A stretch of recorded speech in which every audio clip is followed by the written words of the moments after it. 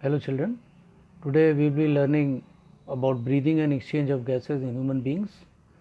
This is the second chapter of human physiology, unit 5.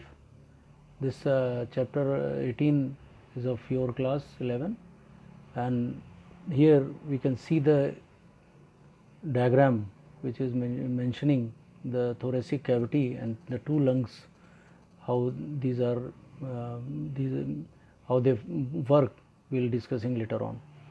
So we take in air through our nostril or nose or through the buccal cavity that reaches to the trachea through the larynx, and there is a cartilaginous flap which covers this trachea, which prevent the entry of any food items into the trachea.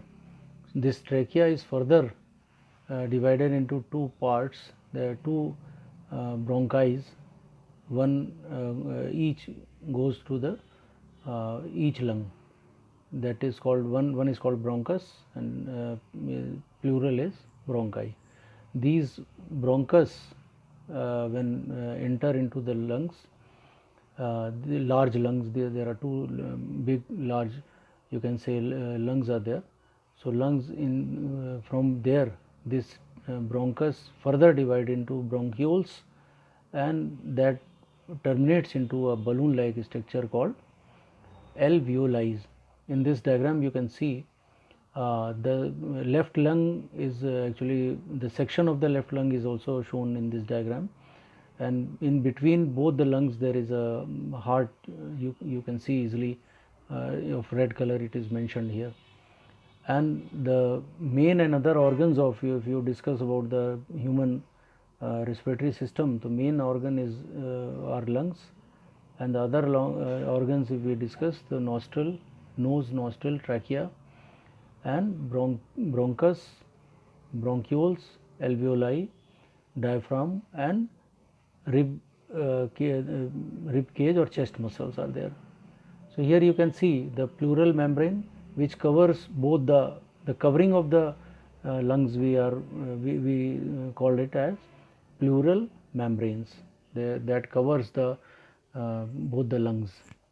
So you can see in this diagram here it is mentioned. You can see these are the pleural membranes, and this when air comes into the trachea and through bronchus, it reaches to the bronchioles and further terminates into the balloon like structure called alveoli.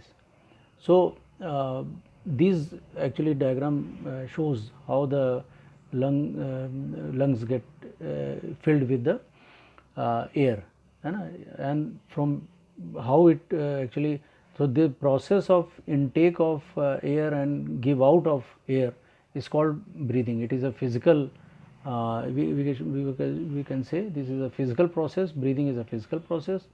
Another process which is called respiration, that is a chemical process in which the oxygen is taken in the blood through these alveoli and reaches to the cells for oxidation of food items, and it gives out carbon dioxide that comes again into the alveoli, and from alveoli it goes out from the lungs through our mouth.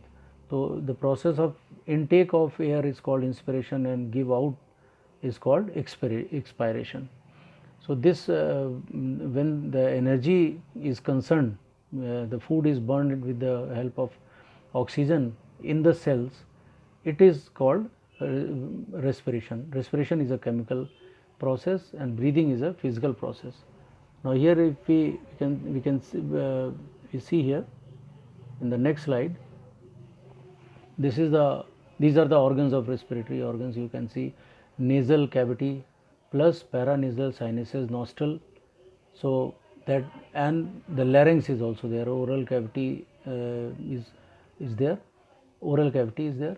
Then the pharynx is the actually part which is the common passage of which opens into the buccal cavity, oral cavity, and from there it reaches to the trachea, and trachea, you can see trachea is written here. So just a minute, here you can see the trachea is there. So this is trachea, and trachea further divides into two parts. Each goes into the different both the lungs. These are the large part in the thoracic cavity called lungs. So you can see the trachea is further divides into the bronchioles, and lastly it ends into the balloon-like structure called alveoli. So left lung is bilobed. There are two parts of the left lung, and right have three parts. You can see it is written here, right main primary. So right lung have three lobes. You can see here 1, 2, and 3, and there is a diaphragm. This is the diaphragm, which have a very important function during the inhalation and exhalation of the lungs. So in the next slide we can see actually respiration involves the following steps. These are the following steps. You can see here the breathing or pulmonary ventilation, by which atmospheric air is drawn in and carbon dioxide rich alveolar air is released out. The air which is filled in the alveoli, that is given out, that is rich carbon dioxide rich air. And second point is the diffusion of gases, carbon dioxide and oxygen. This takes place across the alveolar membrane. This is the site of exchange of gases. Okay. Now the third part we will be studying transport of gases by the blood. Transport of gases by the blood, it means that the gases which are diffused and mixed with the blood from alveoli to the cells, it will go to the cells through blood. Diffusion of oxygen and carbon dioxide between blood and tissues, that will be this process also very important. When this oxygen reaches to the cells and tissues, so their oxidation of food takes place, and they give out carbon dioxide as a byproduct. And last point you can study, we will be studying here, utilization of oxygen by the cells for catabolic reactions.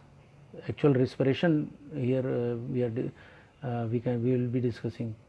Catabolic reaction, respiration is a catabolic reaction, and resultant release of carbon dioxide, that carbon dioxide given out from there, and again carbon dioxide rich air reaches to the alveoli, and from alveoli it is given out from the body. So in next slide we can see easily the process of breathing. The process of breathing, here it is clearly mentioned. You can see air entering the lungs through the trachea, we have learned in the previous slide. So when it reaches to the lungs, so the ribs and sternum, the rib cage and sternum, it is raised, it comes out actually, and the volume of thoracic cavity increased because the diaphragm get contracted. When the diaphragm get contracted, means it comes down, the volume of thoracic thoracic cavity increased, and thus the air is filled in the lungs. And just opposite, if we discuss about how the air is given out from the lungs, the diaphragm relaxed and arched upward. It is very important when the diaphragm get relaxed and it takes a shape of arch and it goes upward, and the ribs and sternum return to its original position. So the volume of thorax decreased and air expelled from the lungs. So this is the mechanism of breathing, inspiration and expiration. In the next slide we will discuss that how this mechanism of breathing takes place. Inspiration can occur if the pressure within the lungs, intrapulmonary pressure, is less than the atmospheric pressure. So if the atmospheric pressure is more and in the intrapulmonary pressure in the lungs is less, then there is a negative pressure in the lungs with the respect of the atmospheric pressure. This topic is very important.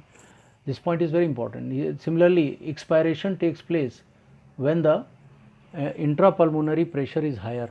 Intrapulmonary pressure is higher than the atmospheric pressure, then the expiration takes place. Any inside the lungs or pulmonary pressure, when the pressure is high and the atmospheric pressure is low, then expiration will take place.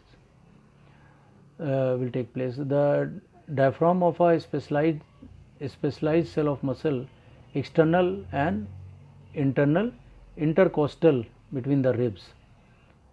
They help in the generation of such gradients. This is very important. The pressure gradient here we will be discussing.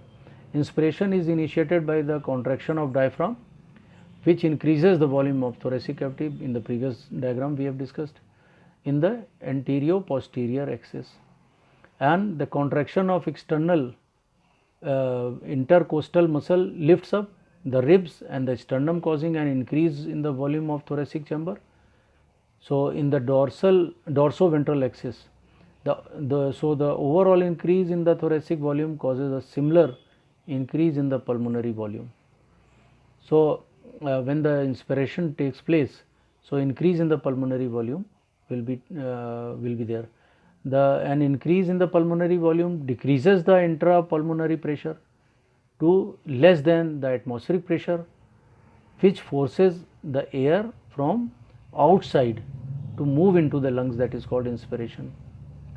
When the volume an increase in the pulmonary volume, as the pulmonary volume यानी कि lungs or lungs area of the lungs pulmonary volume increase, then the decrease in the intrapulmonary pressure, the pressure of the in the pulmonary pressure will be decreases to the less than the atmospheric pressure, which forces the air. Then the air from the atmosphere comes air from the outside to move into the lungs. That is called inspiration. Likewise, relaxation of the diaphragm, arched, when it get arched and it get relaxed in the intercostal muscles, and the intercostal muscles returns to the diaphragm, chest muscles when returns and the diaphragm and sternum to the normal position and reduce the thoracic volume and thereby the pulmonary volume. So it leads to an increase in the intrapulmonary pressure to slightly above the atmospheric pressure. So what will happen? The expulsion of air will takes place from the lungs. That is called expiration. So this is the mechanism of breathing, and here we can see how it takes place actually. So lungs are very closely related to the structure of heart. We must learn how the exchange of gases will take place from the body to the heart and heart to the body. This is very important. So here we can see alveolus, one alveoli is there. One alveolus, you can see the inspired air, the air which is came from the nostril and trachea and bronchus and bronchioles to the alveolus.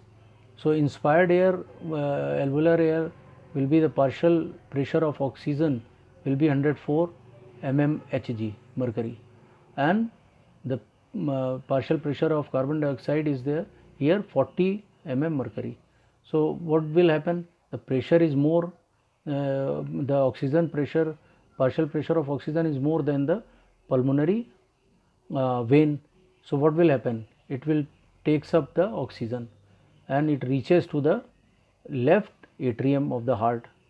Okay, we'll learn the structure of heart in the next chapter, but here simply you should know our heart has 4 chambers, and a 4 chambered heart of human beings are there. So the upper parts are called atrium or auricles, and the lower part are called ventricle. So in the here we can see in the left atrium, this pulmonary vein brings the oxygenated blood from the lungs, and from there left ventricle, these oxygenated blood goes to the different parts of the body, hence in the tissues and the cells. That system is called systemic circulation. That's from heart to the different parts of the body. When blood transports, that is called systemic circulation. And from heart to lungs and lungs to heart, that circulation is called pulmonary circulation. Pulmonary word is used for the lungs.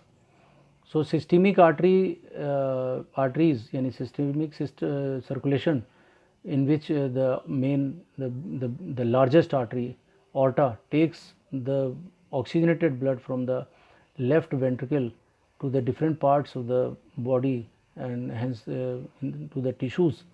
So here we can see the pressure of oxygen is 95 mm mercury, and the carbon dioxide is 40 mmHg.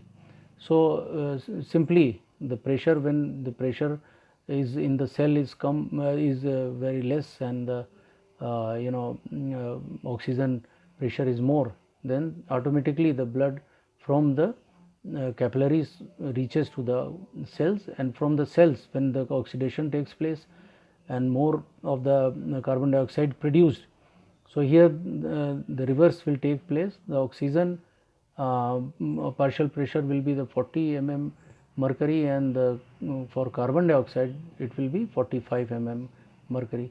From there the pressure in the cells will be more of carbon dioxide, then it automatically goes to the systemic veins. There are main veins here, vena cava, superior vena cava, inferior vena cavas are there.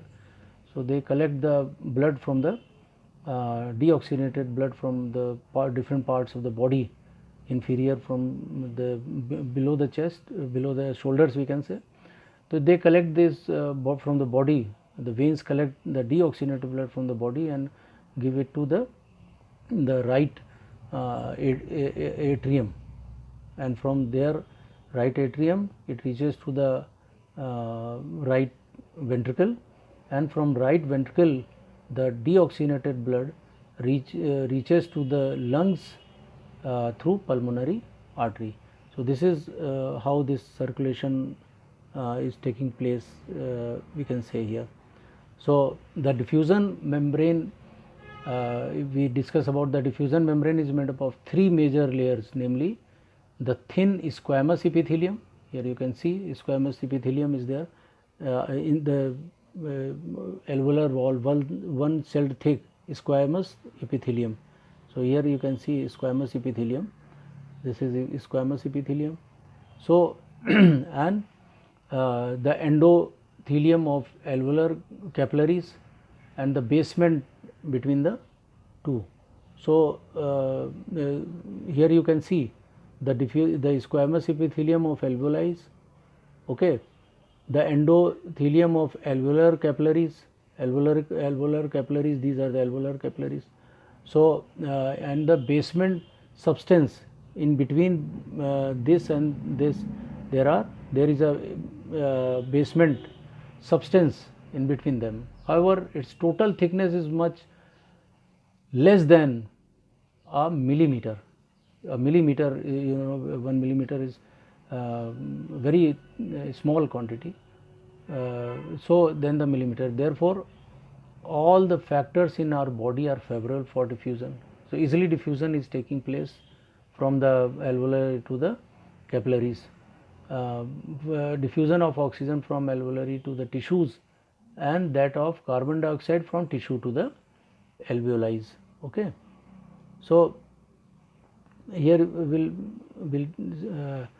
now we'll take up the next slide.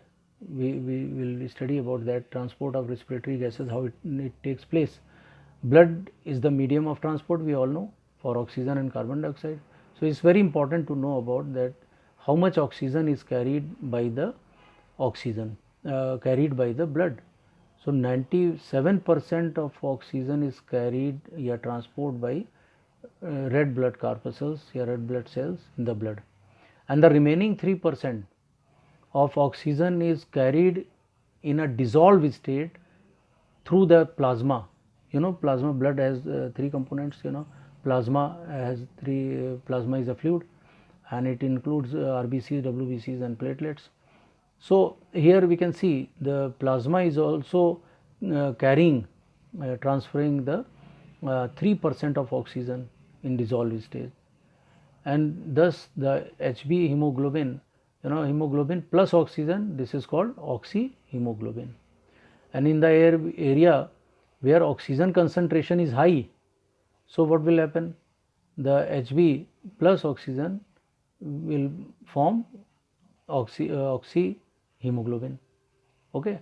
In area where oxygen concentration is low, then what will happen? You can see oxyhemoglobin will be less than hemoglobin plus oxygen is there. So how this transport of carbon dioxide is taking place, this we must also know. For that, nearly 20 to 25% of carbon dioxide is transported by RBCs, because there you have seen RBC, red blood corpuscles, carrying more oxygen, 75, 95%, 93% you are. So rest of the 20 to 25% only carbon dioxide transported by RBCs, whereas the 70% of it is carried by bicarbonates. And what are bicarbonates, we'll see in the next slide.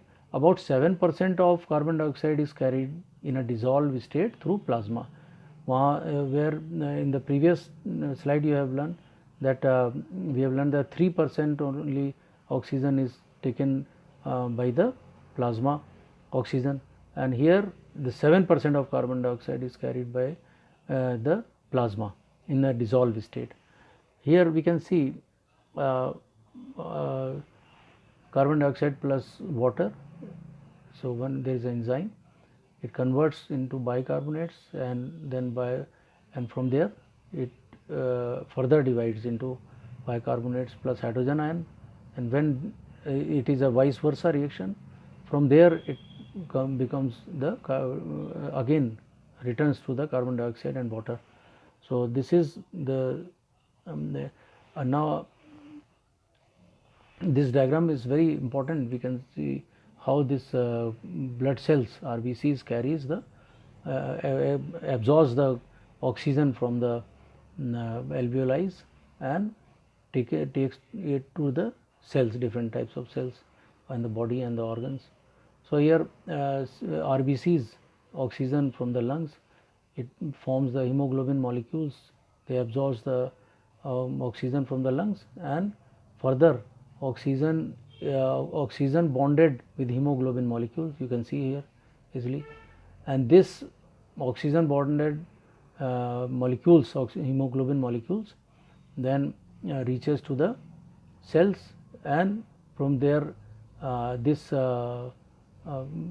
from the blood it reaches to the, how it reaches to the cells, you can see oxygen released to the cells, yani cell oxygen is released into the cell for oxidation of the food. So here we can see how this transport is taking place, and this diagram is also same as the pulmonary circulation and systemic circulation.